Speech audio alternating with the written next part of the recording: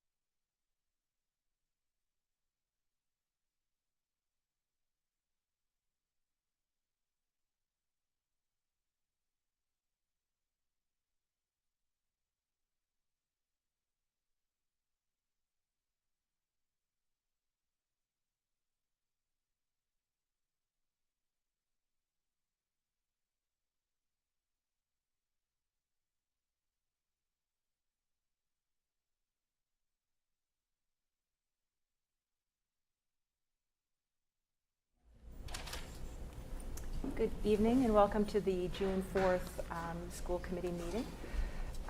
We will start with the Pledge of Allegiance.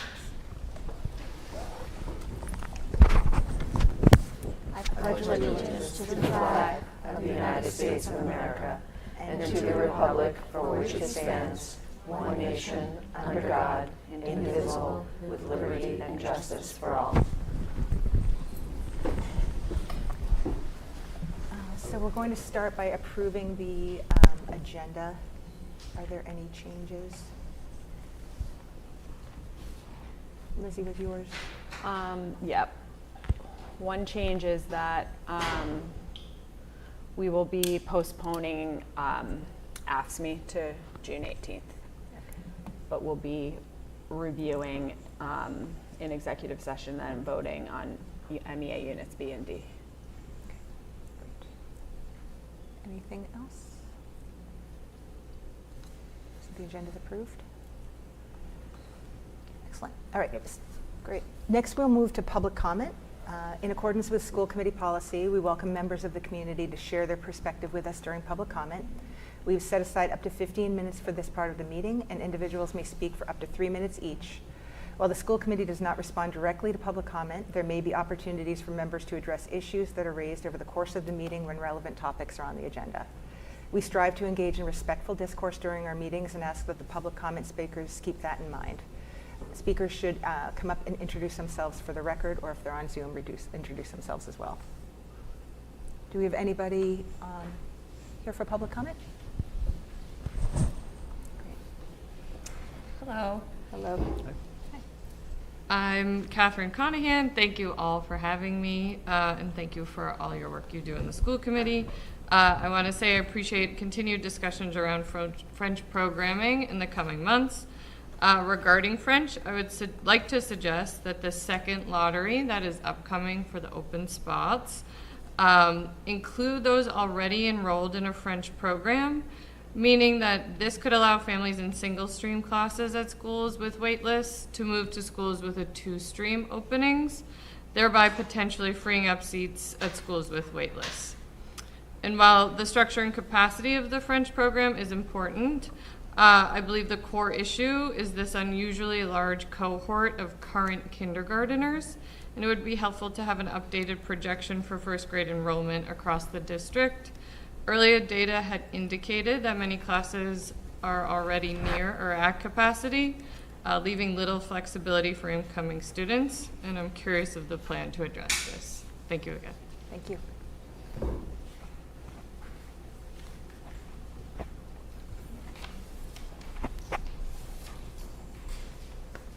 Hi, good evening.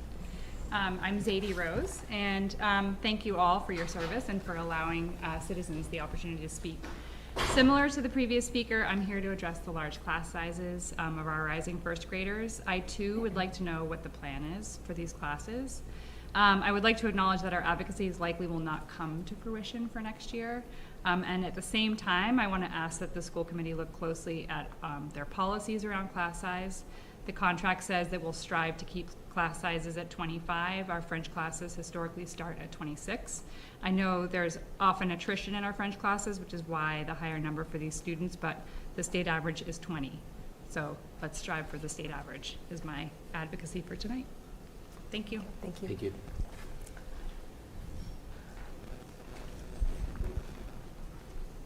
Hi, everyone. Joanna McCarthy, 341 Highland Street, mom to a first grader at Cunningham with a disability who accesses special ed services, and also the co-chair of, the current co-chair of Milton CPAC.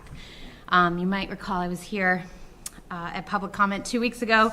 I was rudely interrupted by that 3-minute timer, so I thought I'd come back and finish my comments. I spoke about CPAC's mandate to advise the district on matters that pertain to the education and safety of students with disabilities, and about CPAC's ask for partnership with your committee to take up this role, specifically with you. As a reminder, I was noting consistent systemic and thematic challenges we've heard and experienced, the first of those being staffing. appropriate staffing to meet current IEPs and 504s of current students. The second I'd like to talk about is coordination. It's evident and apparent to families that the management of special education classrooms and programming often exists within the ecosystem of the building. We see opportunities for the district to centrally oversee program design and coordinate resources and staffing. We will be consistent in advocating for an equitable and appropriate delivery of services, no matter what building our child attends each school day.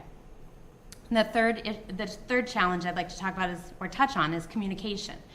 CPAC is eager for opportunities to partner with the district to improve communication with special education families. And we want to be loud about the communication when it happens to be ineffective, absent, and disjointed. One thing I think families are hungry for at this time is a clear understanding of the programming and strands of special education in and across our district and schools. I do know this is on Ms. Wetmore's radar screen. So finally, as a council, CPAC's working objectives continue to be parent forums for support and community, building relationships with school and district leaders, and district inclusion practices. If there are specific topics and challenges upon which your committee would like our CPAC input, please let us know. We do intend to meet this summer to further refine our specific 25-26 school year goals that we have as a council. And we look forward to actively working with your committee, with our interim and the next superintendent, and with Ms. Wetmore as Director of Student Services to resolve issues which the council has observed as themes. And thank you for your time tonight and 2 weeks ago, for continuing to champion for our children, your district, your students in this district, and in the community. Thank you. Thank you. Thank you. Is there anyone online? If anyone's online to participate in public comment, can you raise your hand, please?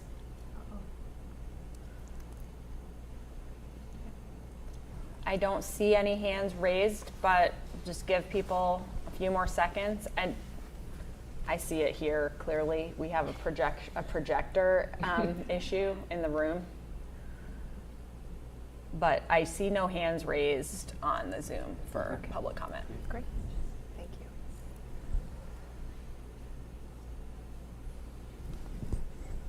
Great.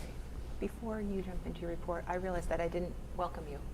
So welcome, John. Thank you. I wanted to welcome John Phelan to his first school committee meeting, and this is your first official week of work, I think. John is joining us. Mr. Phelan is joining us as the interim superintendent, as everyone knows, and he's not a new face to the Milton Public Schools. He's a lifelong educator, and he was the assistant superintendent of curriculum and personnel in Milton from 2008 to 2014, after which he left to become the superintendent of the Belmont Public Schools, holding that position until his retirement in 2023. Most recently, he was the COO of a nonprofit that supports young people with disabilities. We're really happy to welcome Mr. Phelan back to Milton Public Schools, and we look forward to the opportunity to work with you over the coming year. Thank you very much. Welcome. I appreciate being here. Sure. Thank you. So now, if you wanted, we have the superintendent's report. Sure. Thank you for the welcome. My name is Sean Phelan. I'm your interim superintendent, and I'm very, very glad to be here. We had a couple of big events in the last few weeks, but I wanted to highlight the class of 2025 graduating outside and thank Regina for attending the graduation on behalf of her role as interim superintendent. The administrators and staff and the students and the families were amazing, so we're so glad we had a great day. I have to say my calendar is also full of all the other events that are happening across the Milton Public Schools. I was at the Cunningham and Collycott and almost ran over to the dunk tank for our grade 5 day at Cunningham, but decided not to be safe on my first week of work. So congratulations to all of our students who are moving up in the last few days of the last days of school. In my first full week, I'm looking forward to getting to meet everyone in the Milton Public Schools, get into schools, get into classrooms, and that has already begun. I have met everybody at the cabinet level. In my hours that I put in the month of May, I've already met every single building principal. I was at the Cunningham and Collycott to meet the staff today and the students and walk the buildings. I will be in Glover, in the high school, in Pierce, in Tucker tomorrow, in Friday, and at staff meetings at all schools next week. So by the end of the second week of work, I will have introduced myself to every administrator, every teacher, and professional in Milton Public Schools, as well as the students walking through classrooms. So very excited to be here. And I also want to, before I move to the next part, thank Regina, who has been the interim superintendent for the month of May and the assistant superintendent for curriculum for the school year.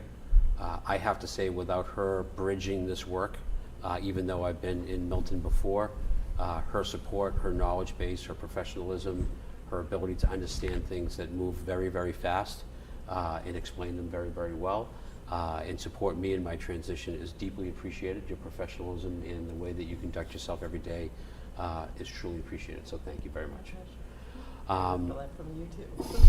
I want to just bring up that tonight, prior to this meeting, we had our recognition of those who are retiring from the Milton Public Schools at the end of this year. We recognized Marty O'Keefe McKenna, who was present, Jason Scherer, who was a custodian here at the high school, who was not present, Bonnie Johnson, Tucker special educator, Lisa McDonough, who worked in our business office, Christine Hodgkins, who I was in her classroom today, not only observing her teach, but looking at pictures of her grandchildren, because I haven't seen her in 11 years, and Wendy Kelly. So thank you to all the retirees, and thank you for the school committee to supporting and celebrating them tonight at the reception prior to our meeting. And that's my report on it. Great, thank you. So we will now move on to the chair's report. So the first thing, get to my notes, sorry, apologize. The first thing that we want to focus on is to go back and revisit or update on the French immersion and the first grade enrollment discussion that we had last week, or 2 weeks ago at the prior meeting. Over the past month or so, we've heard from members of the community, people coming to Citizen Speak. We've gotten emails about the French immersion program, the classroom allocation, and the first grade enrollment. At our last school committee meeting, we had this as a topic of discussion, and in that meeting, we talked about bringing it up to in either this school committee meeting or in a future school committee meeting, and asking all of the members to submit questions or areas of interest or topics around French immersion so that we could understand really what the scope or the why of that presentation would be. The questions were very broad-ranging. They were very wide-ranging.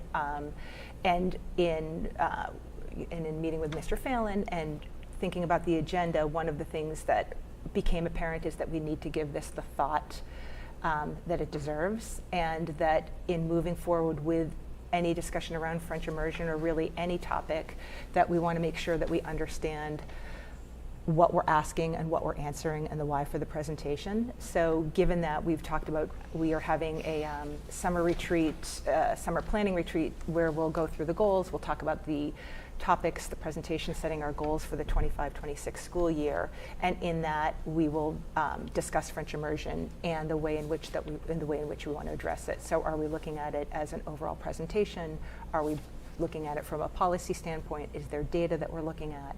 And that will give us the opportunity to give it the time that it deserves, and also allow us to gather any data that's needed that comes out of that presentation. I would say the more pressing matter, not the French immersion isn't, but I think there's no real decision or decision that was going to be made or needed to be made this year. But I think the bigger conversation or the question has been around first grade enrollment. We've gotten questions, and I think there is still a question as to where that stands and how many classes we have for French and for English. And I just thought that it would be helpful to maybe for you to weigh in and say where we are today, what we're looking at for that allocation, and then. Sure. Yeah. So the French immersion program has been in existence for a long time.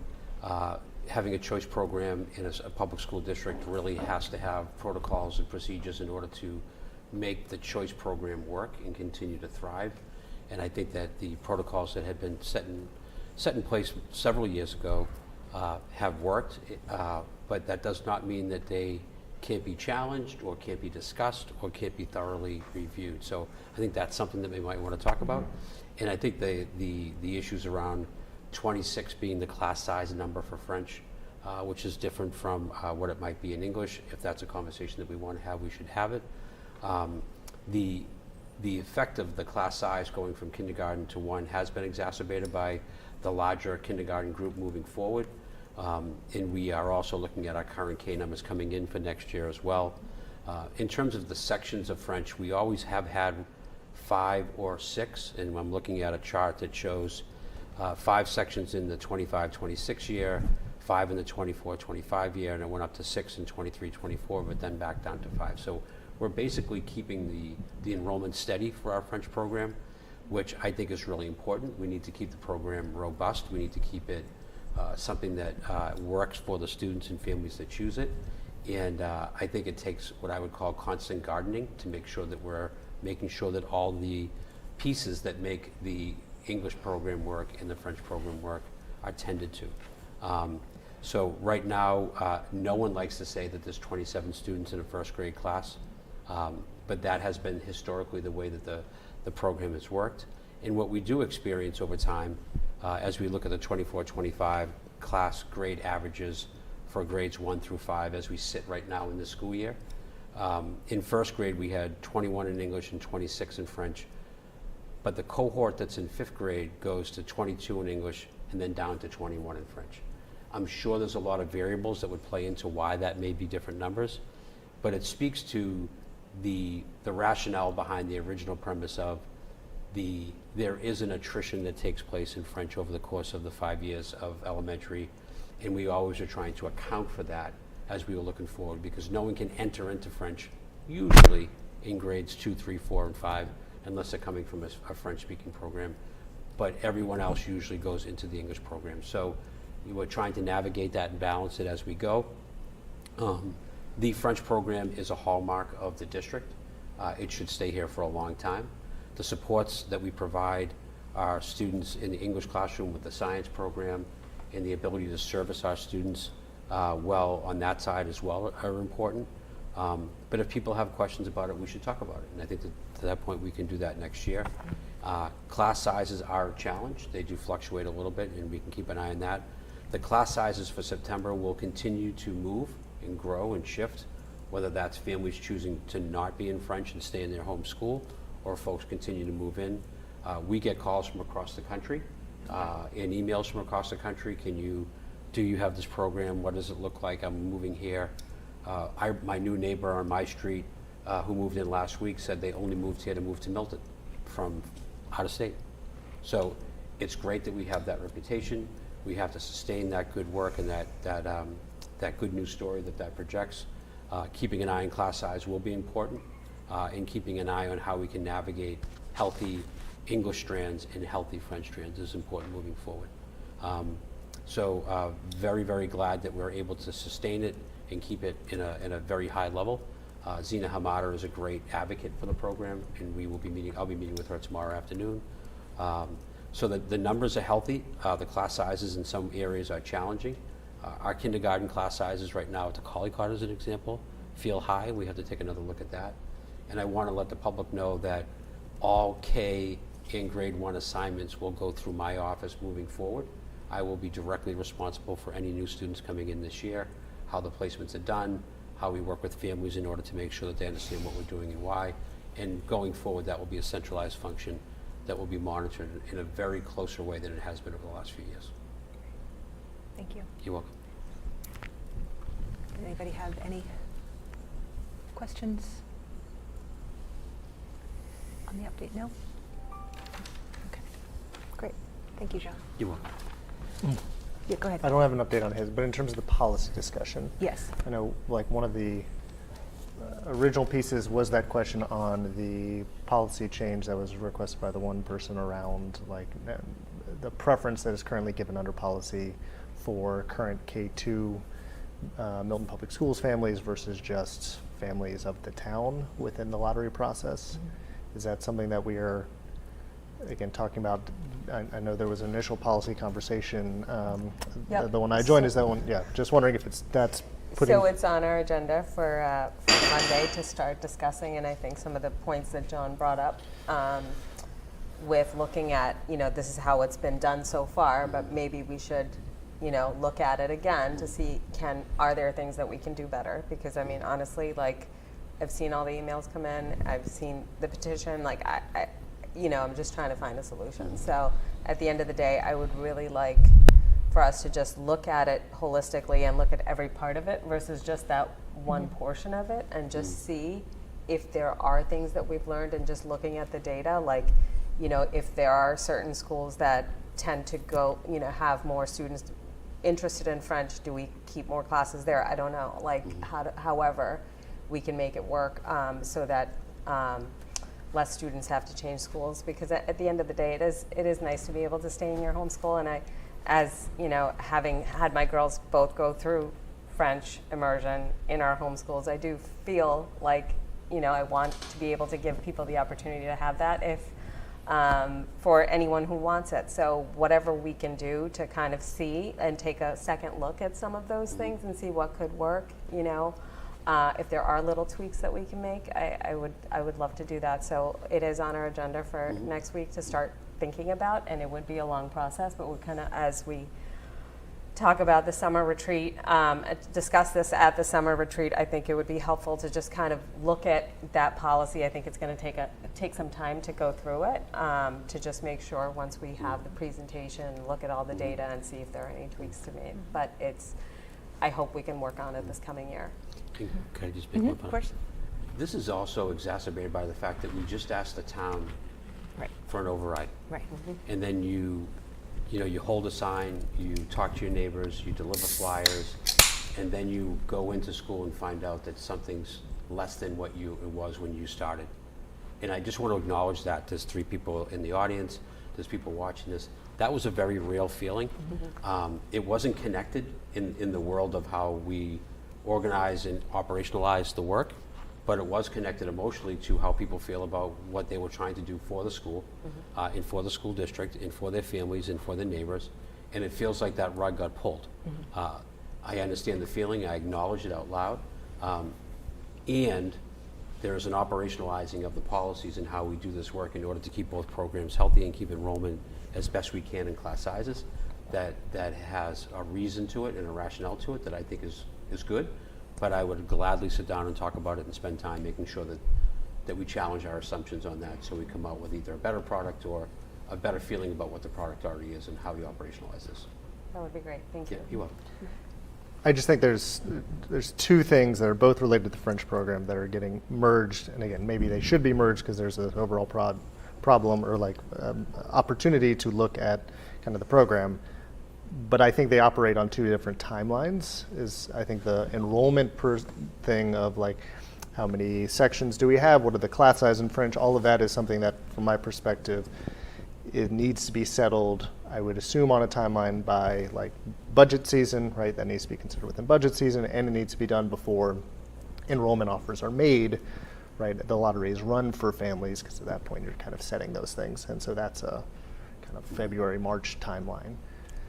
The other piece is this idea that currently our enrollment process gives preference to families who are enrolled in K-2 in Milton Public Schools above other families within town who have kindergarten students who are enrolled in other programs and other schools for kindergarten, which I personally think is not fair to residents of the town who are taxpayers, right? I don't think there should be any, my personal opinion is there shouldn't be any preference that we give to Milton Public School students for a first grade seat.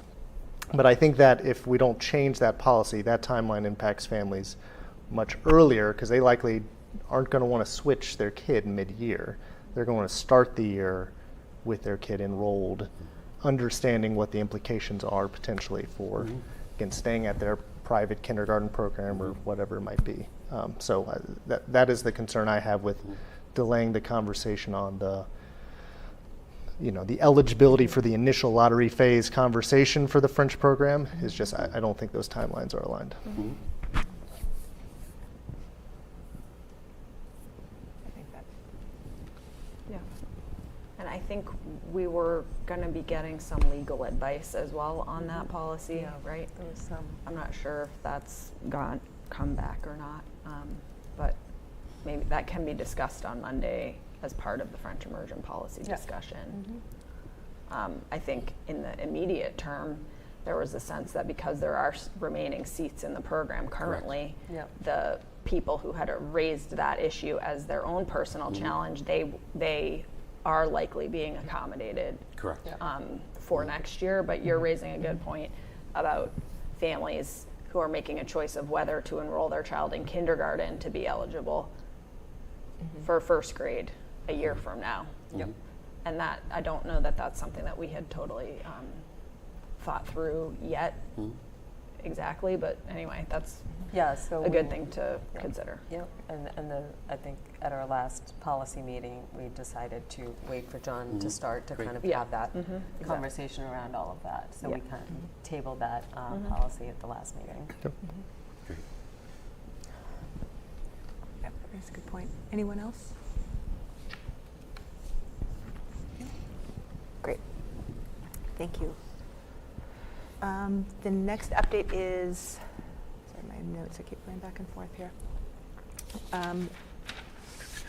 The town meeting is being held on, it's like 7 days, June 16, 17, 18, 23, 24, and 25. Two things to note of that. One, we are scheduled for a school committee meeting on the 18th, so if it goes to the 18th, I don't know how that impacts us and what we do, only just knowing that several people are also town meeting members.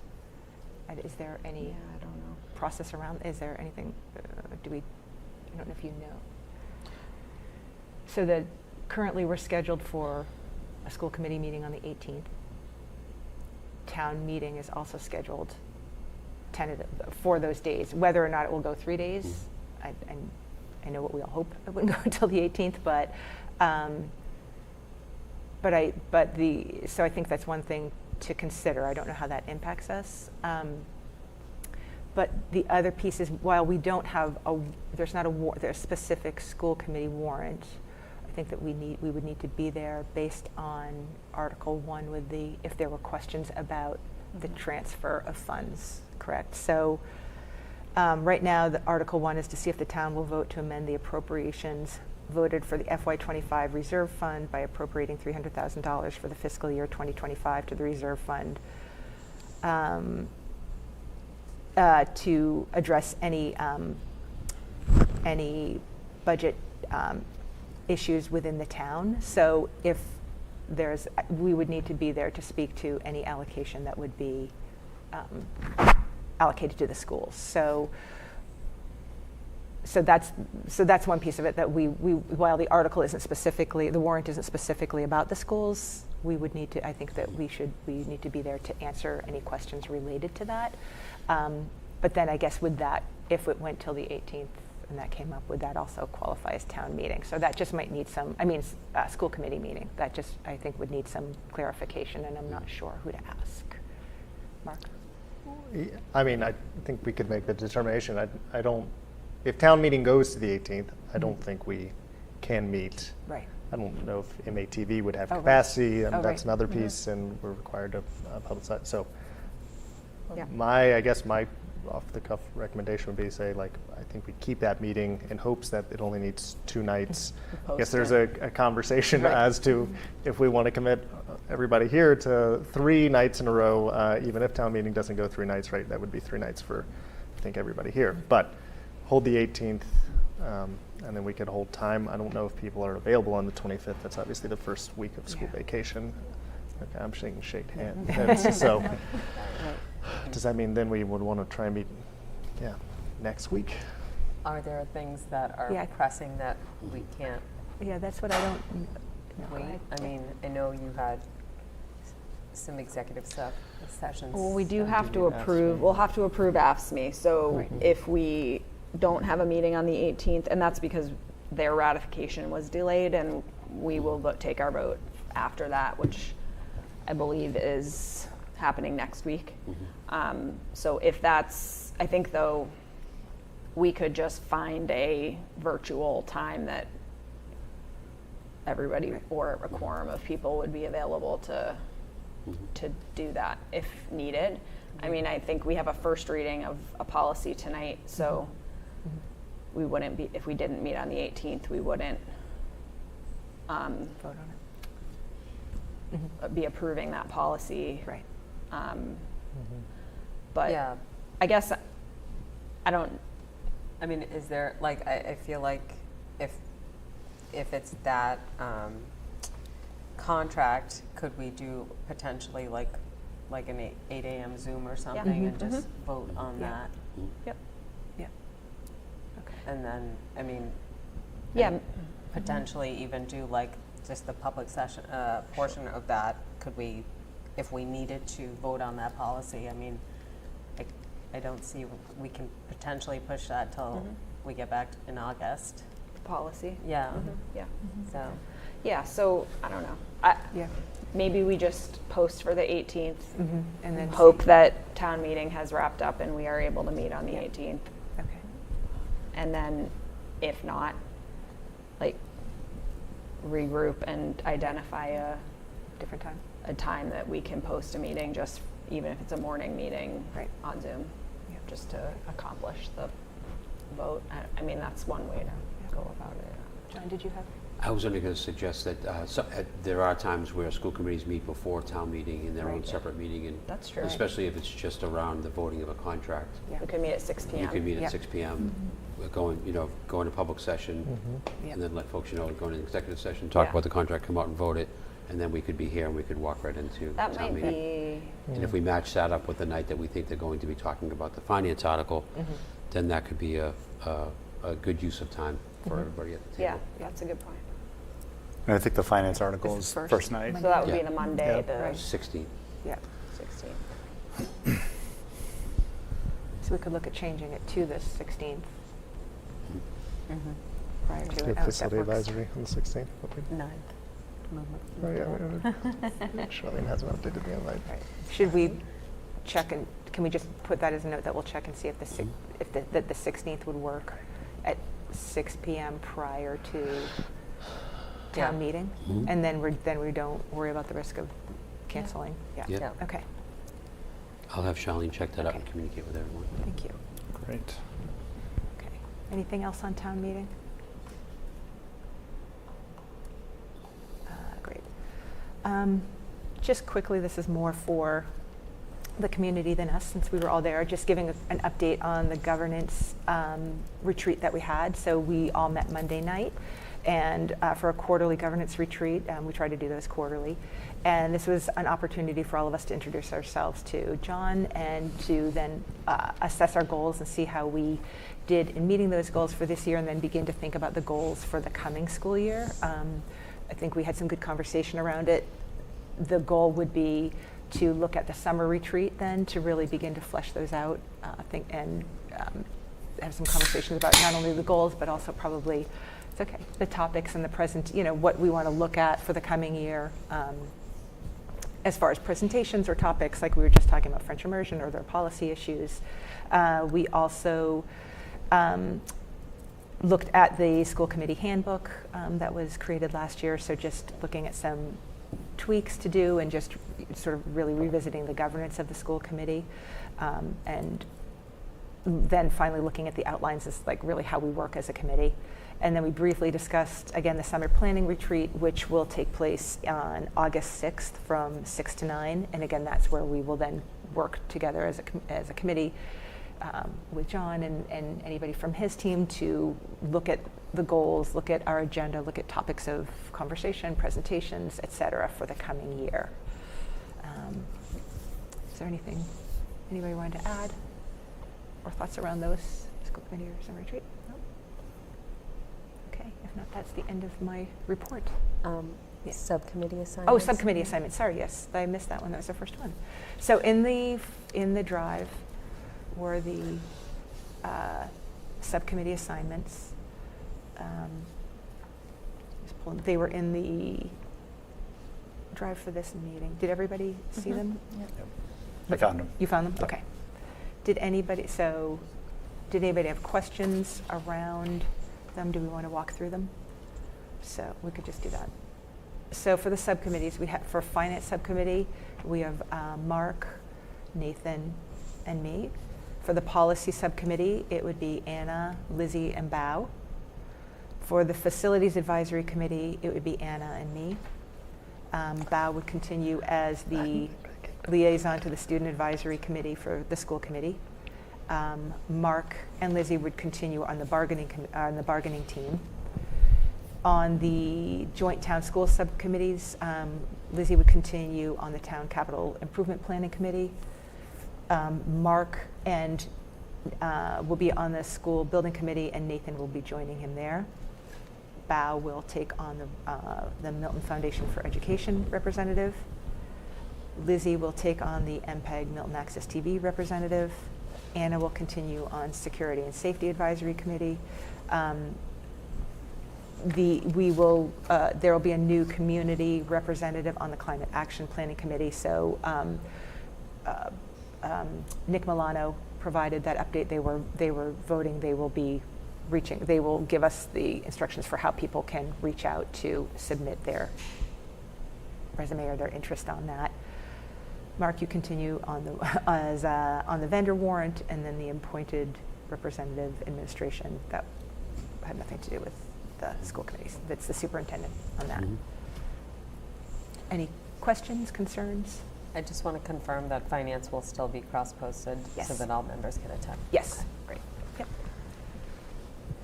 Is that true for policy too, cross-posted? Okay. Cross-posted. Yes. Finance is the only one that's currently the only one that is recorded though. Got it. Okay. Right. Mark, are you ready to spend a lot of time together next year, first of all? I know it's not on the list here, but I'm thinking about the person during public comment. Do we ever have a school committee representative to CPAC?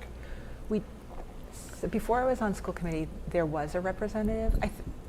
I think one of the things, this is just my opinion, I think one of the things that would be helpful to talk about, maybe in planning, would be that role. Like sort of what is the role, is there an opportunity for, like, because I think historically there was a representative who would go to the CPAC meetings and sort of be there just as ears and maybe bring things back. I think there's the need for the communication and to hear things, but I think we just would need to be clear on what the charge is, like what the role of the school committee member is when they're there, because some of it they're talking about, like if there are systemic issues or things coming around. I think we would just need to be clear as to what we can do in being there, or is it in carrying it forward, or is there the better opportunity for them to come and report quarterly or once? So I think it's just something that would be worth talking about, because sometimes I think you have somebody as a representative on something, but then they don't know what they're supposed to do by being there, and you sort of, it's almost more frustrating for the committee, because then they're like, well, you were there, but you didn't do anything. So I think there's value in having representation, but I think I would love to hear from everybody on like what feels like the best way to do it to, sort of address some of the concerns that the previous speaker had on making sure that there is that collaboration. I think that's an important conversation to have over the summer as we look to next year, because that's part of the broader sort of questions we'll be considering about communication, our own learning as a school committee, how we're staying informed about some of these important issues. Like, I think a lot of those concerns are, really important for us to think through when we're planning our calendar, for example, Right. which is what we'll be doing over the summer. Yes, there was at one time a school committee representative to the CPAC. As you were sort of mentioning, I don't believe that was very clearly defined, and it didn't generate much reporting or actual conversation, or certainly not action at the school committee. But I think it was a meaningful symbolic connection, at least. There has been a task force this past year that you were a representative of the school committee on, and if that is not continuing, then I think it is a good question, sort of what is going to be the next iteration of like an infrastructure that supports us to stay informed, to make good decisions regarding. Right. And I actually ran into Danielle, and she said that they do intend to, she was going to talk to you, but she did think that there was value in reinstituting the task force. But again, I think even I think it was interesting, but I think for me, there was value in it more from honestly, from a personal perspective, like of understanding how things work and understanding the role of things. But again, I think sitting there, I don't know if I knew what my role was as a school committee member being there. And so that's, I think, I think it's that way with anything that's not as defined as these subcommittees are. I think it would just be very important to be clear about, are we there as an ear? Are we there to make sure that we're communicating something? Are we there to come back and discuss policy, bring things back, like there might be a policy issue? So I think definitely think there's value in it, but I think it would be a good time in that planning meeting to talk about that role and how we as school committee members on something that's less defined, what our role is. That all makes sense. I would just note we have representation on MFE and Milton Access TV, which I think are independent organizations, community organizations Right. that are not part of town government. So I think we have a precedent for it. We've had representation on CPAC previously. So yeah, clarifying the role exactly. But I don't even know if CPAC wants school committee member on their board, right? But I was just trying to make sure that we. Yeah. Well, I think she was This just seems saying, like an obvious missing one, maybe on the Right. list. Right. Go ahead, Mark. No, I mean, I've actually had conversations with folks in CPAC, and you have way more experience than the rest of us being on it and chairing it and all the things. But the folks I have talked to, I think generally the feedback when I've asked that question has been like, they individually haven't seen much value in like what an individual school committee member being on that would contribute. Again, I don't know if that's representative of everybody who is on CPAC. But I think it gets back to all the points you're making. So I think just everything you're saying, I agree with, just in terms of like what is the value? Are there other ways in which we can create, because I agree with I think the sentiment you're getting at, which is like how do we create closer ties and not Right. hearing the public comment, but like how do we ensure those voices feel seen and heard around this table and like we have some connection to that. Yeah. And so I don't, top of my head, don't know if like, again, having a school committee member attend CPAC meetings is that because of all the issues that you've raised, but if the idea of like having more regular kind of reports either from a CPAC representative, not to put more work on them, or from the superintendent or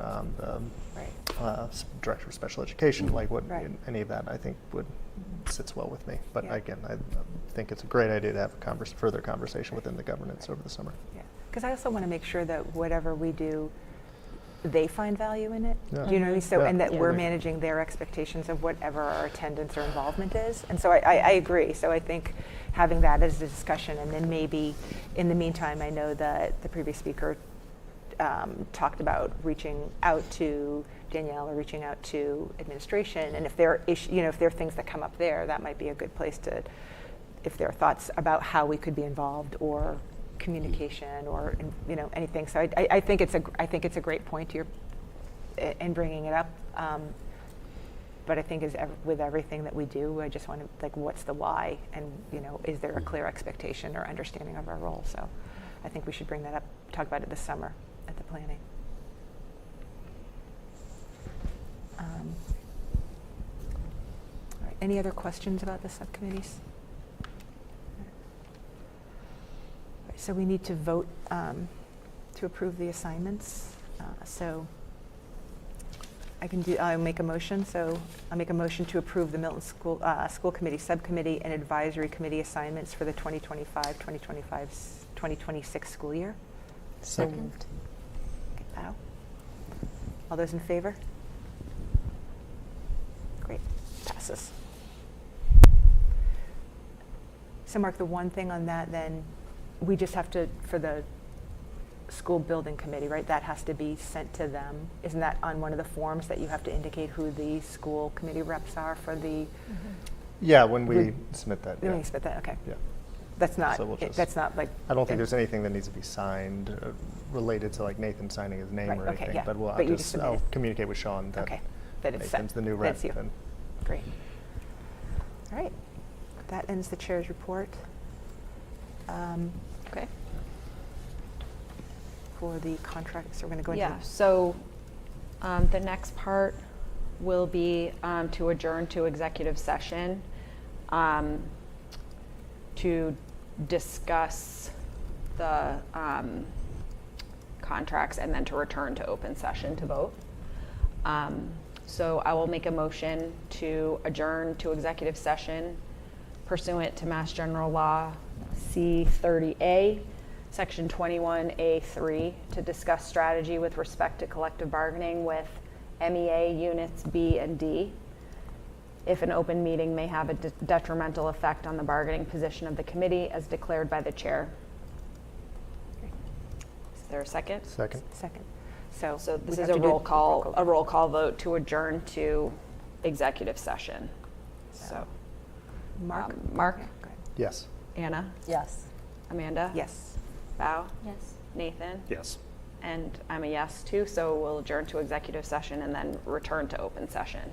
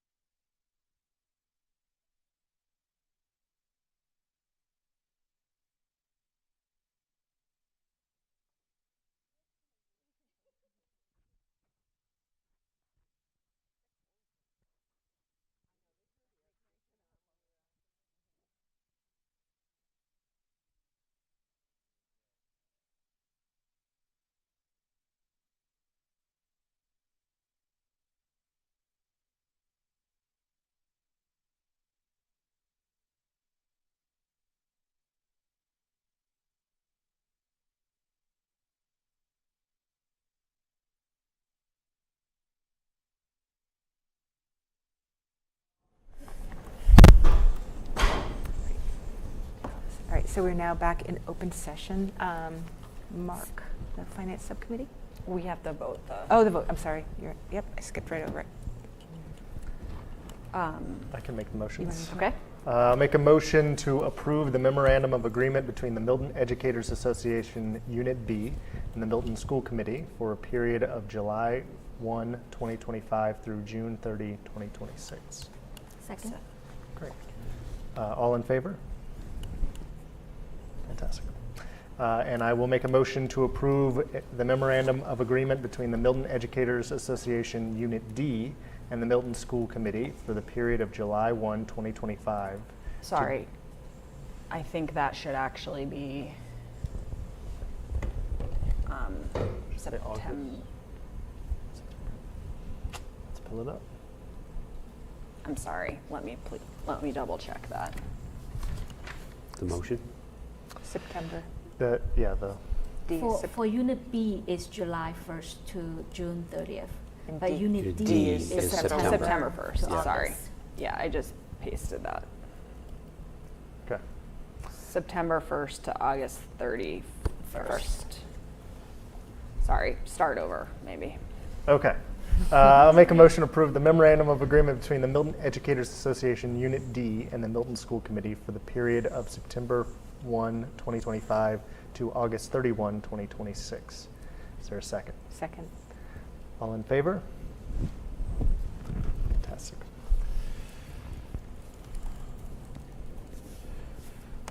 All right. Now. Now, No. now me finance. All right, FY26 Community School Salary Chart. So that attachment was provided. Katie is not here to share more information. We talked about this a bit at the initial Finance Committee meeting. We had some follow-up questions. She did send us, Amanda and I, a bit of an update yesterday morning. I believe it was yesterday. We were unable to have a follow-up Finance Committee meeting due to posting error on my part, getting it to Charlene in time, so we did not have a conversation about it and haven't talked about it. I generally, again, this document is related to compensation for folks in community schools. That compensation is outside of the overall school committee budget, right? Because that's a standalone program that is funded through the payments of those who utilize that service. I honestly had a bit of a question for Katie that I emailed just today. So I guess my question to you, John, would be, is this something that we really need to vote on today? Maybe you don't know, or could we, include this in the June 18th, assuming that we can talk about this just next Wednesday as a Finance Committee? I don't see any reason why we couldn't vote it on the 16th. And On have the a meeting 16th, yeah. before that. Okay. All right. Right, that would be my Okay. suggestion. But any questions that folks had on the salary table and the compensation chart as it was shared? I do have one question. I assume there's one director of the program, right? Yes. So the dollar amounts are hourly rates, and then what's the pay period for the salaried roles below? Is that biweekly? Yes. The one thing that stands out to me in this is the director's salary, which has roughly $60 to $100 increases every step until you get to step. Yeah, to clarify, those actually aren't Right. steps. Right. So Okay. these are historical director compensation. That is a negotiated contract. So that's why is one of the things I don't love about the chart itself is it used to be within the table above. She separated it, but it's not clear. Okay. But essentially, the director's compensation is separately negotiated, not a union member. So they'll talk to the superintendent and the assistant superintendents, and then they'll come back to us with a recommendation for that, similar to other director positions. And then the roles below, assistant director, program supervisor, inclusion coordinator, all of those also don't have steps and lanes. That is just the Just what the most recent incumbents- number. yeah. Yeah, it's what it has been historically, and the most recent number is the current number. But there's no step and lane system for those. that explains it.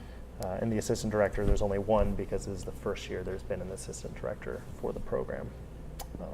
So.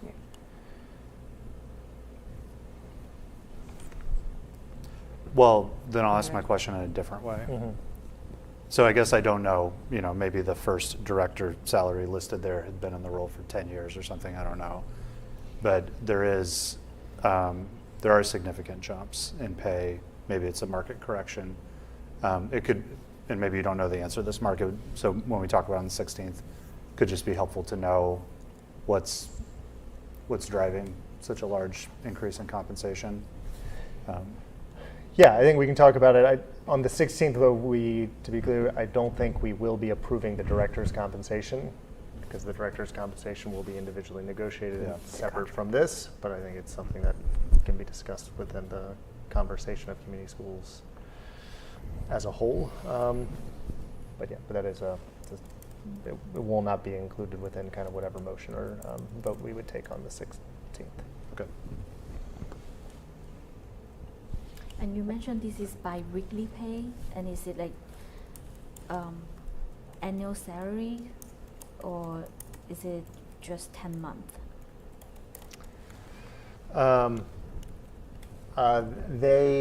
It's a good question. Katie would know the answer better than me. I assume I'm not sure what the working calendar is for the director of the program. So the community schools has a school year program and a summer program, and that job, I believe, is a full-time 52-week year position. And then I would assume the assistant director would also be under that work year as well. Yeah, because they run the summer camps and things like that, but I don't Yeah. know exactly how many weeks they get off for.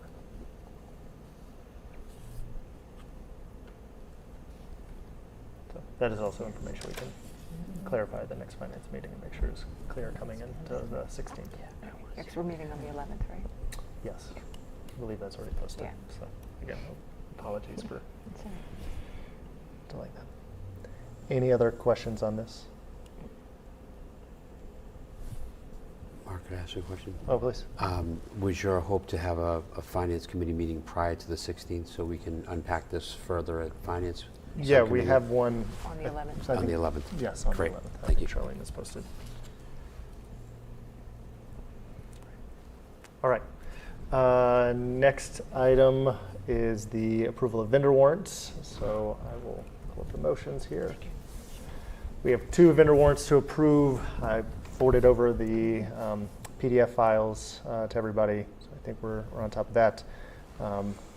So I will make a motion for the purpose of at least discussion. I'll make a motion to approve vendor warrant 46 in the amount of $251,680.25 payable on 5/29/25. And I'll make a motion to approve vendor warrant 47 in the amount of $156,971.65 payable on 6/5/25. Is there a second? Second. Any questions or discussion? All in favor? Okay, thank you so much. And the last item is the FY25 budget update. So, and just general kind of finance committee meeting update. We did meet as a finance committee last Wednesday on the 28th to get kind of the next updated report on the current budget FY25 forecasts. Katie shared some information on that in terms of where she is currently projecting the school district to end. The projected deficit has increased beyond kind of where she had it coming out of Q3. So coming out of Q3, she had a projected deficit of kind of just south of $700,000, which was aligned to the obviously the town meeting article in terms of the additional funds towards the town reserve account. So it's now looking to be kind of closer to that $1 million, which was the initial request for the select board to allocate. We were hopeful we could keep it under that based upon our current projections and some unforeseen costs coming in, doesn't appear to be possible. So it seems like the school budget deficit projection is increased. The one positive is that we are just running out of time, and so unexpected costs continue to shrink. The exposure continues to shrink, but it's obviously not positive news.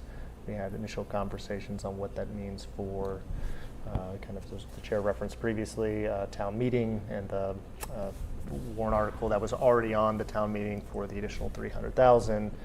This information's been shared with the town. They were at the initial meeting. Amy and Katie and Nick were chatting prior to John coming on, and I'm sure John is now integrally involved in that, and I'll pass it off to him in a second in case he has anything to share.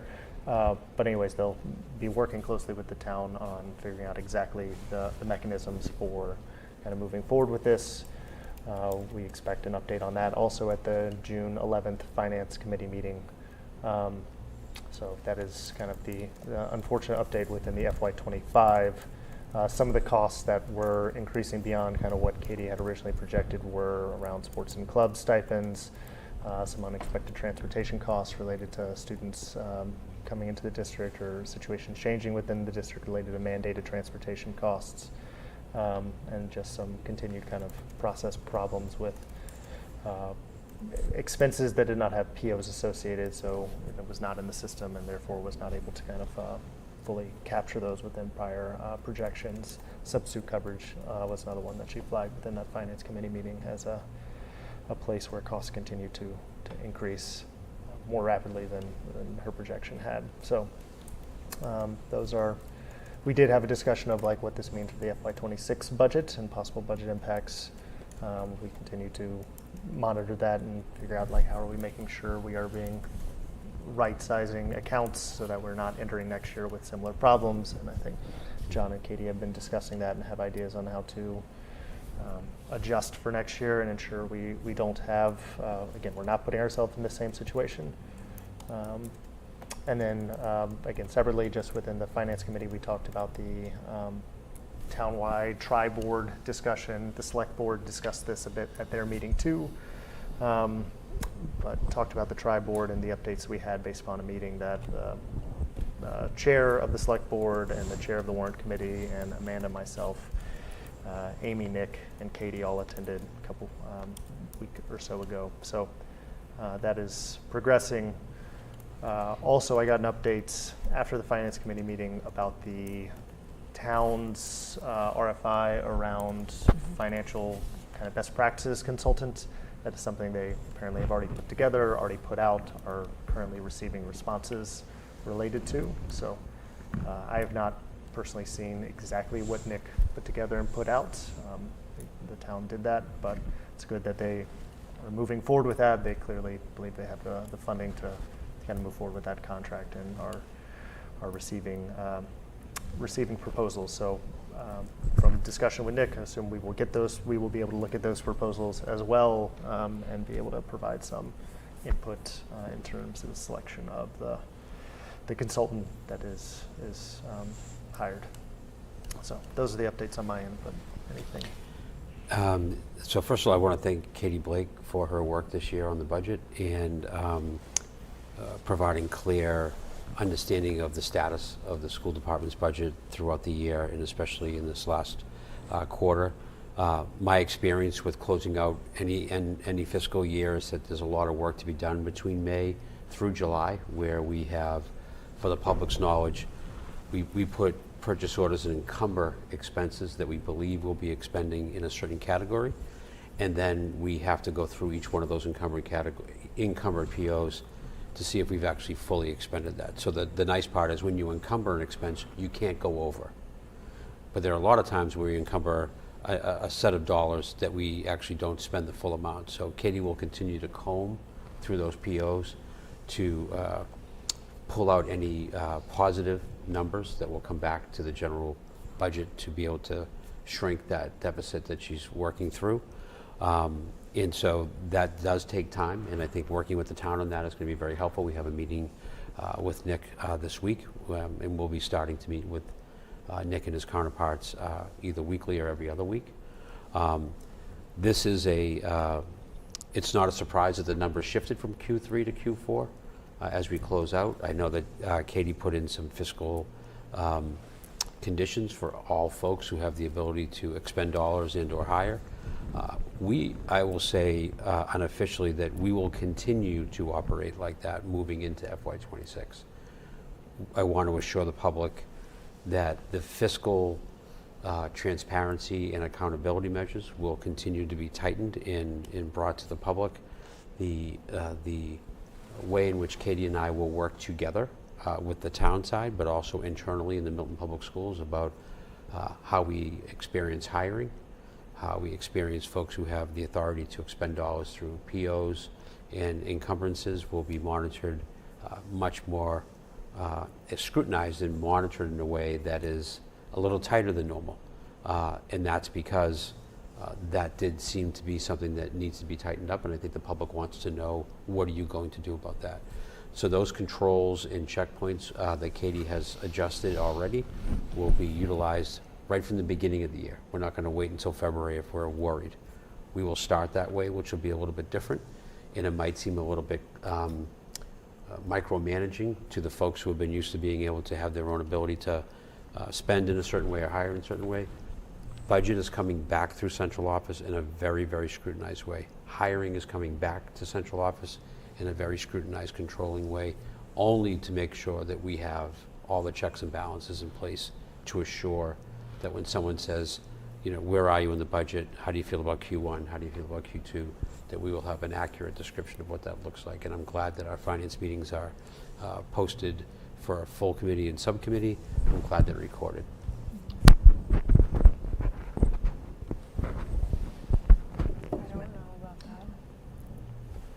Oh, am I muted?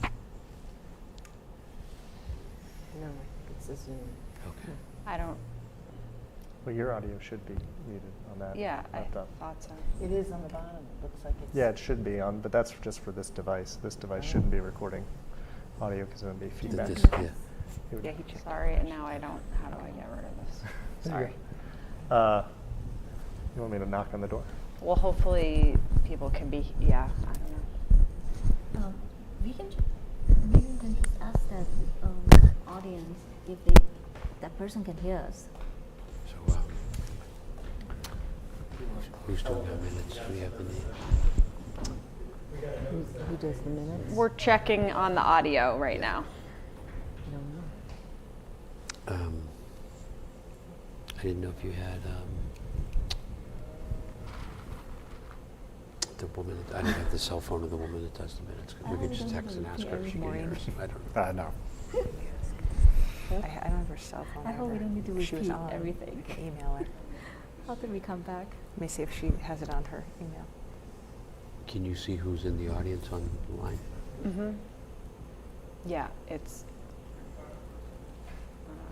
I think they might have, whatever the issue was, maybe it was fixed. Oh, good. okay, sorry about that. Hopefully, if there was an audio issue, Milton Access tried to remedy that, so hopefully it's been fixed through the Zoom. Sorry. So for FY25, we'll continue to work with the town. We'll continue to support Katie in combing through every encumbered PO to achieve whatever kind of balances we can then take from those accounts and put into the general account to reduce the amount in this gap. And I'm fully confident in her ability to ensure that that exercise takes place with fidelity. That usually is something that would go through longer than June. That is usually a July exercise. The town and the schools will close out together, and we will continue to work and partner with the Nick and his team at Town Hall to ensure that we're on the same page for this process. That may require town meeting votes or some other types of articles I think people are talking about regarding the vote that's already ready for town meeting, but we'll clarify that for finance when we meet next week on the 11th. Thank you. Are there any questions? Yeah. John, I really appreciate that mindset and approach of sort of bringing tighter controls through the central office. I think that's great. I just have a couple of questions about the drivers of the deficit increase. I'll just list off a couple. One are the $300,000, the $300,000 increase in the projected budget, is it driven by larger expenditures? Like, is the $300,000 coming from the deficit, the pre-existing deficit drivers, or is it new costs we weren't expecting? That's one question. Second is I heard you list off like substitute coverage and POs, and several months ago I thought my understanding was there were sort of constraints placed on those specific kind of expenditures, like substitutes and POs, and I don't know what else. And I'm wondering, did those constraints, were those constraints not adhered to, or is it something else? I have one other question, but then we can start with those. Yeah, I'll do my best to. Yeah, I know you're not the assistant superintendent for finance. I know that. Yeah. So your first question on the drivers. Some of the drivers are the same. Some appear to be different based on the information that has been shared. So as you say, sub-coverage has been a driver, seems to continue to be a driver. We have not gotten information with a breakdown of saying these are the dollar amounts that equate to this increase projected deficit. So that's information we talked to Katie about and asked to have a little bit more clarity on exactly what those dollar amount drivers are. But that is new. There are some other ones that are not ones that we have previously talked about necessarily. I think stipend compensation in general salaries, is 81% of the budget.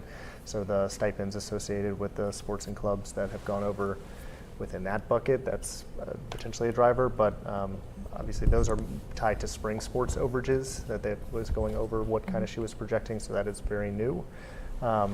The transportation and special education transportation is a driver we've talked about previously. Which you mentioned in the meeting last week was more related to foster and homeless student transportation, which is obviously a mandated cost that can come up at any point during the year. Unfortunately, when a student's situation changes, we are obligated to provide that service kind of immediately.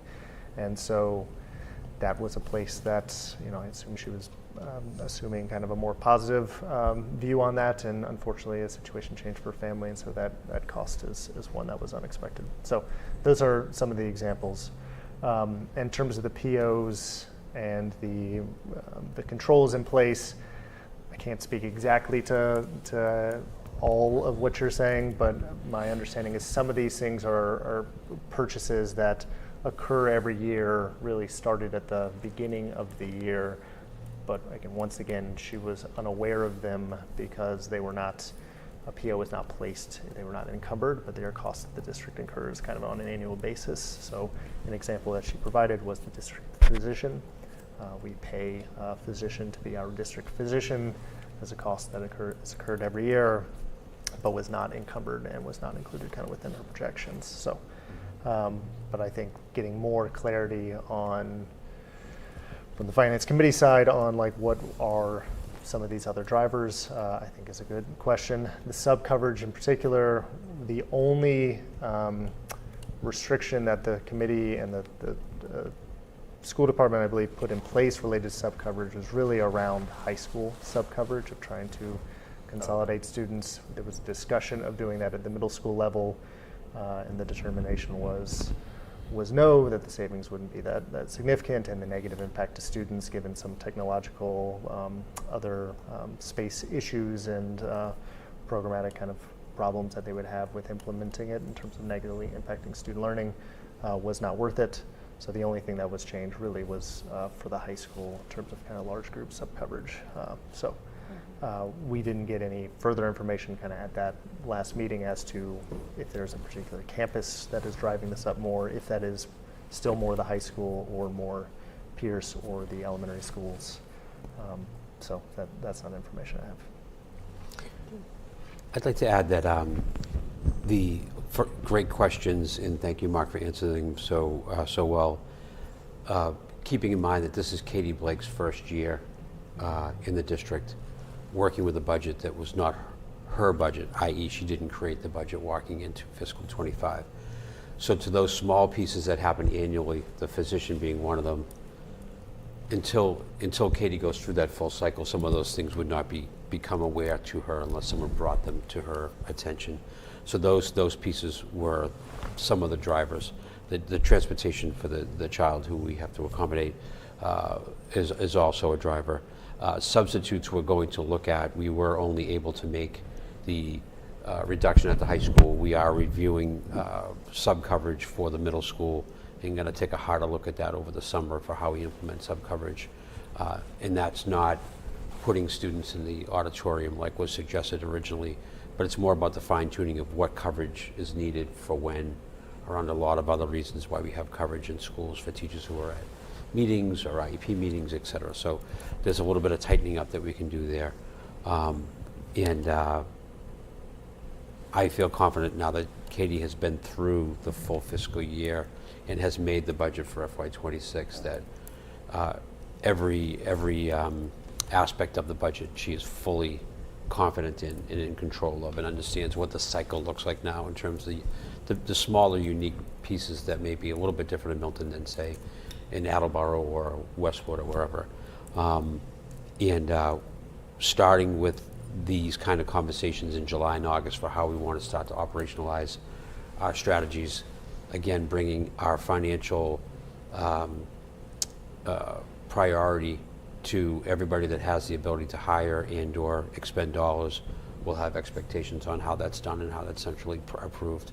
In mid-May, when I was here in my role as, I think it was called consultant, but I was coming in and working with Regina and supporting her work, we actually put out another memo, making sure everybody was aware. And also for those folks who had larger departments, facilities as an example, came in and met with Katie, and we started to go through every one of those encumbered POs. We met with special education and went through every single one of those POs. Those are really the big encumbered departments that have those kind of dollars, as well as meeting and talking with the director of athletics. So those were the kind of three variables that we wanted to make sure that we were very clear with, that no more money was going to be expended. And I would also say that the coming year in FY26, we will close all POs somewhere around May 1st as a matter of practice, not as a matter of concern. If you haven't spent it by April 30th, the money goes back to central office. That's the beginning of the process of you bought all your text materials, supplies, curriculum materials, all those things, and now we stop it, and then we pull that money back into centralized view and then begin to look at what the areas of need are. So that will be a normal practice as well. Okay, great. Last thing, just thinking about the 16th, when Article 1 comes up for a vote, there's going to be 15 people at the mics asking questions like I just did. And I think it would be good to, I'm not asking you to speak necessarily, but to be prepared to talk about what next year will look like in terms of controls. Maybe remind the public that the original projection was $1 million for a deficit. So we're not, this is how we thought it would go, and this is how it went. Right. I think that will be reassuring to town meeting members so that the article passes. Yeah, Great. agreed. Absolutely. And I think that that's our biggest job Yeah, right now. exactly. Is It's to a make sure that communication thing. Yeah. stewarding the public tax dollars is done in a way that people feel confident and can ask questions and can get answers, or can attend a finance meeting, or can watch the recording of it and be plugged into that. It's really important to our parents to make sure that we're expending the dollars that follow to the classroom. And it's important for the folks, in this subject area, I want to thank every town resident who voted for the override. Thank you so much. And we pledge to be good stewards of the funds. And I want to say to the folks who did not vote for the override, we are going to be good stewards of the funds. We understand the responsibility, and we take it very seriously. And it's important to be able to know how to live within your means, and we will do that, absolutely, next year. And we will finish this year, we'll make it work, and we will have a very, very fiscally transparent and thoughtful year next year with controls in place that we can describe. Great. Thank you. You're welcome.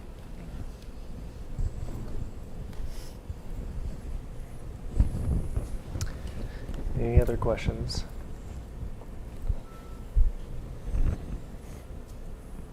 Okay. Great. Finance. Policy subcommittee?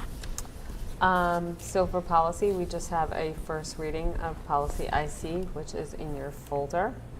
The only change was adding in on page 1, about halfway down, the MPS religious and cultural holiday cycle, which basically reflects what we decided at the beginning of the school year to have holidays on a rotating 2 days, which we currently have, but on a rotating schedule, so that we're incorporating the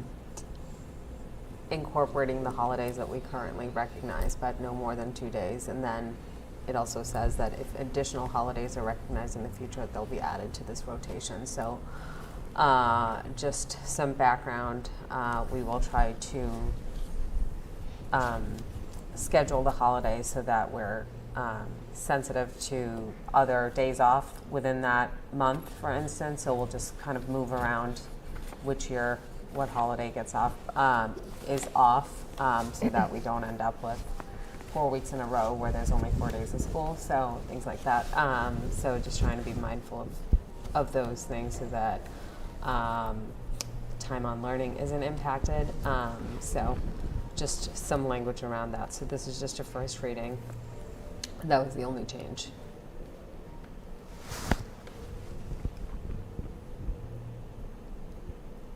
And this is reflected on our calendar document. Yep. We just wanted to align the policy to include that information. Only question I had in reading over it is I think our calendar historical practice at least is that the Jewish holiday that is celebrated, that can change because obviously we were only recognizing Good Friday and the Jewish holiday. So are we now saying kind of within this that obviously Yom Kippur would be the only Jewish holiday that we would recognize within the calendar, and obviously would be recognized within years where Yom Kippur is not falling on a weekend day in terms of a day off of school? Because right now, if Yom Kippur is on a weekend, I think Rosh Hashanah is recognized. Right. So I just wanted that clear. Yeah, that would be, and I think every year we'll basically have to look at the calendar and see. I mean, does it make sense, Lizzie, to add that extra day off? I mean that, You or mean would that? I mean, not extra day off, but like the extra holiday.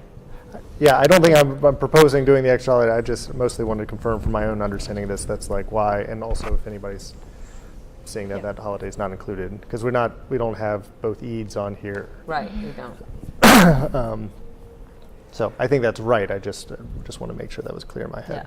Yeah. Okay. Yeah, we would do that. The only thing I wonder is, do we need to state how the decision is made? Do you know, like, right now it says that we're doing these are the ones that we're recognizing, and we say each year 2 of these holidays are celebrated with a rotation, but I don't think we want to get too prescriptive in the policy. Yeah. I think we want to communicate the intent of like what we've committed to doing. But as you were saying, Anna, like the particular like process of determining on that rotating basis, like which 2 holidays, they're not like going to be a strict order in which, because it will depend on the calendar every year. So I guess maybe even saying that, I guess the question is leaving it up to misinterpretation. Do you know, like misinterpretation on how they're chosen, almost like the way you said it, like, keeping in mind like the sort of what you're looking at in the calendar in order to determine which 2 days are followed. Like I recognize it, I think it's almost like if it's too broad, then I don't think you understand how and why the dates were chosen, as opposed to saying, keeping in mind, not having 4 days off. I don't know, it just feels like maybe there needs to be a little bit more around the process Like by the which you're determining. procedure, The which is not procedure the for policy, determining, but the procedure yeah. for determining it. Yeah, I mean, I totally agree with the point of like, there is a separation between procedure and policy and get that, but maybe within this, just adding, I don't think there's language right now as I'm seeing it, saying that the goal is to create kind of an equal split, Distribution. equal distribution, thank you, of kind of how often these holidays are celebrated.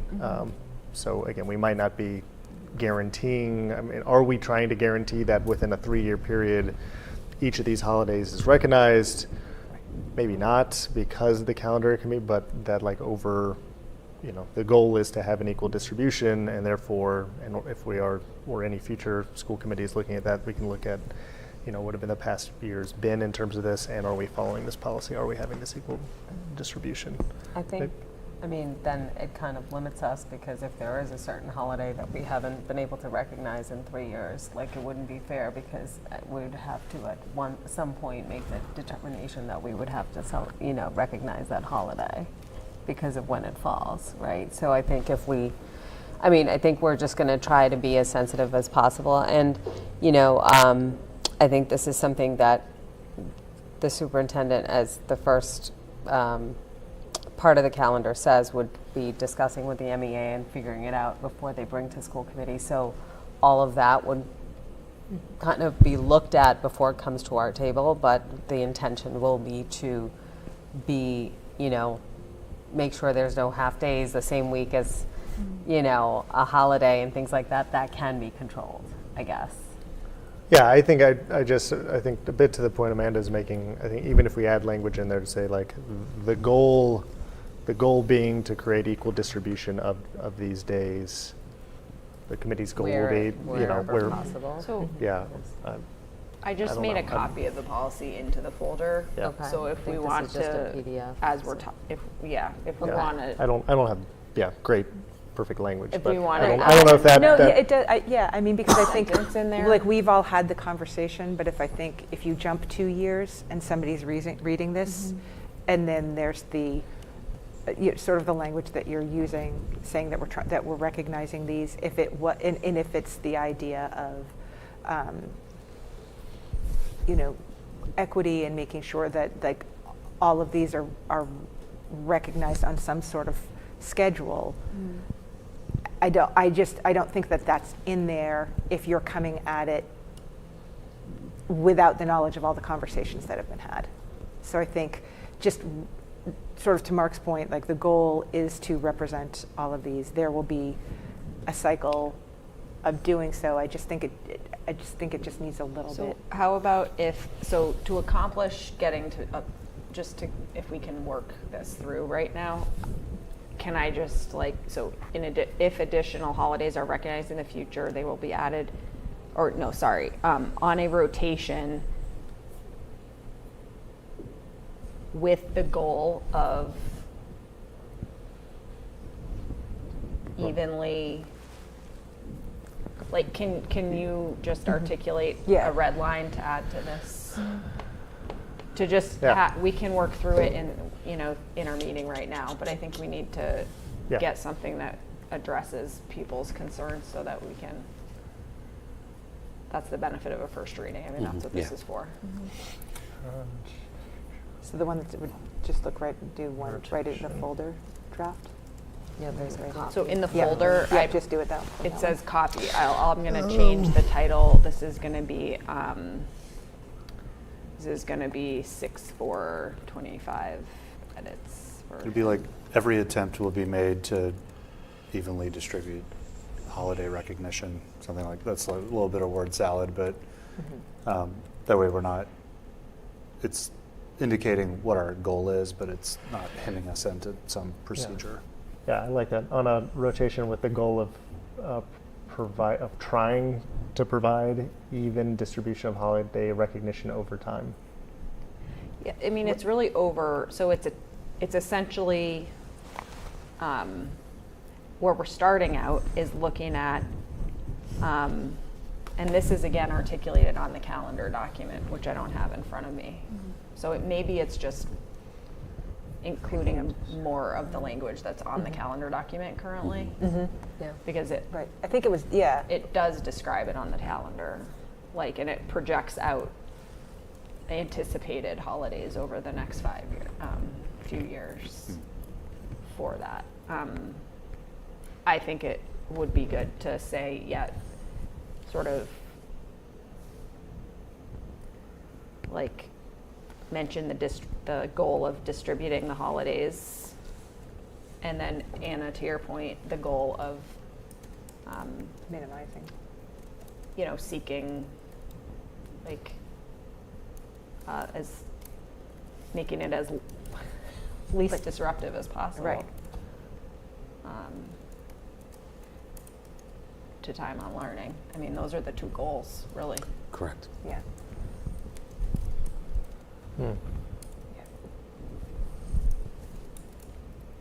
Could I raise a couple of other items, or do we want to keep talking about that particular language? Good. In the sentence where it says each year 2 of these holidays are celebrated, that's the only place in the whole policy where we use the word celebrated rather than recognized. I don't know if that was intentional, but celebrate stuck out to me rather than recognize, so maybe just something to consider. I don't have a super strong opinion there. And then I guess like the last sentence of the policy, I was just trying to think that out. Like, if additional holidays are recognized in the future, they will be added to the rotation. To me, I guess that feels, I was sort of like, do we even have to say that? But we also, I guess we're deciding now that if there's an additional holiday we want to recognize, it must be in the rotation as opposed to in the permanent calendar. Or what we really came to is that we have 2 days off a year. Like, I think what that's attempting to address, I believe, is that through our process of community engagement that we did, we figured out that we're not really interested in or able to add more than 2 days within our calendar for religious and cultural holidays, because we have a priority of preventing the school year from becoming overly long. So I think it was not, I think the point of that sentence was more so to indicate that if additional holidays were added, it doesn't mean we would add more days off. Okay. It means that we would have more holidays sort of participating in a rotation through those 2 days. I don't know, but Got it. Yep. Okay. Inconsistency in time on learning. That was fine. I put it at the bottom of the June 24th one. I don't know what you were typing. I just, I think to your point about recognized, that seems good. We can change it to recognized, so.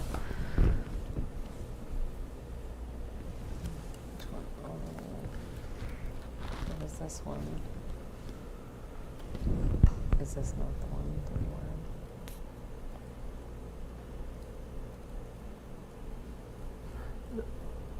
Oh, The one- there's 2 of them.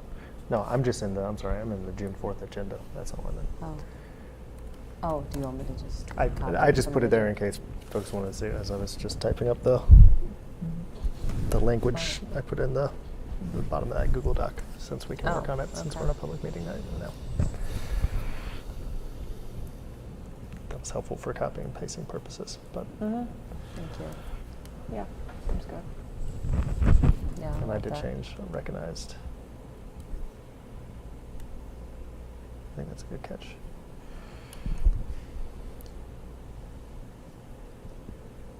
Okay, I'll add this So- in. Are we working? Oh, So Lizzie, Would- do you want to work, Anna, do you want to work through the language for this current reading? Yeah, so What's the- Mark Did you we're just- putting did you something just in update there. it? Oh, no, you didn't. No, Okay. I'm not sure what It's that in blue document is. now. I put something in Okay, on the so bottom Anna of the just June pasted- 4th Anna Oh, I just just pasted it into a, Yeah. in the, Oh. into the Okay. actual, into the actual one. Great. The- Okay. the Word version. So if you guys want to just look at that. Gotcha.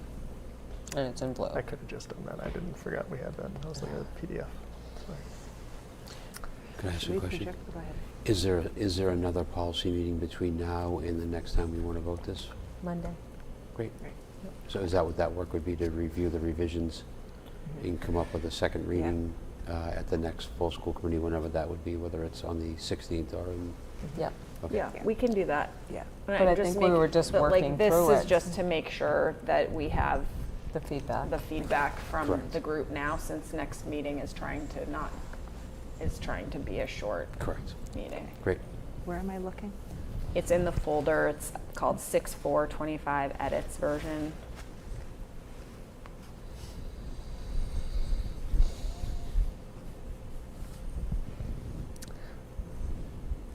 Also, thank you all for your work on this. You Said- contributed too. Didn't say it up front. That's good. Yep.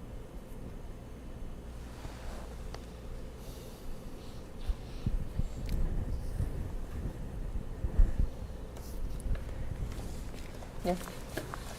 Good. So then, so the question about then procedurally, like where would that go? If, like the where does the, like is there a procedure that's used to determine what the 2 days off would be? And if so, where would that be? Does that make sense?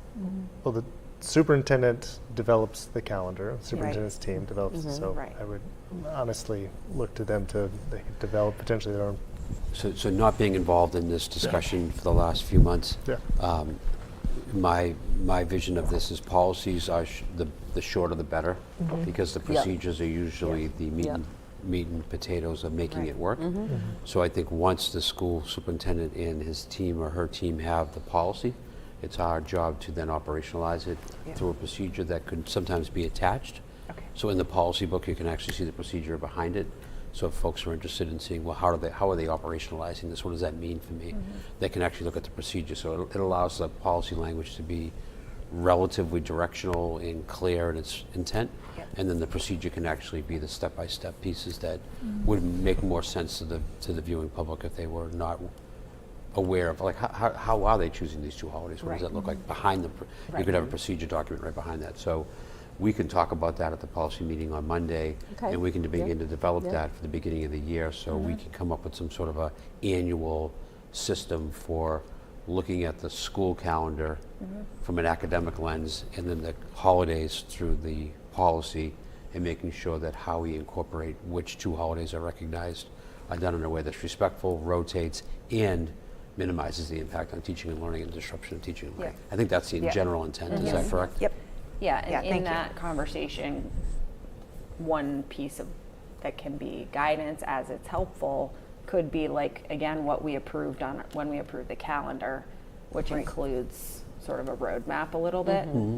And so we were careful not to make it like we're locked into it, but we were just trying to Correct. provide a roadmap for like what people can expect going forward. So maybe that can be like incorporated into The discussion ahead, when you yeah. do the calendar review, correct, that's a great idea. Because the more restrictive the policy, you can't be flexible. Right, exactly. So that the policy itself should be, flexible enough to be able to absorb those year-to-year pieces that we can discuss at the table when we set the calendar for the future, for the next year. Yes. Okay. Thank you.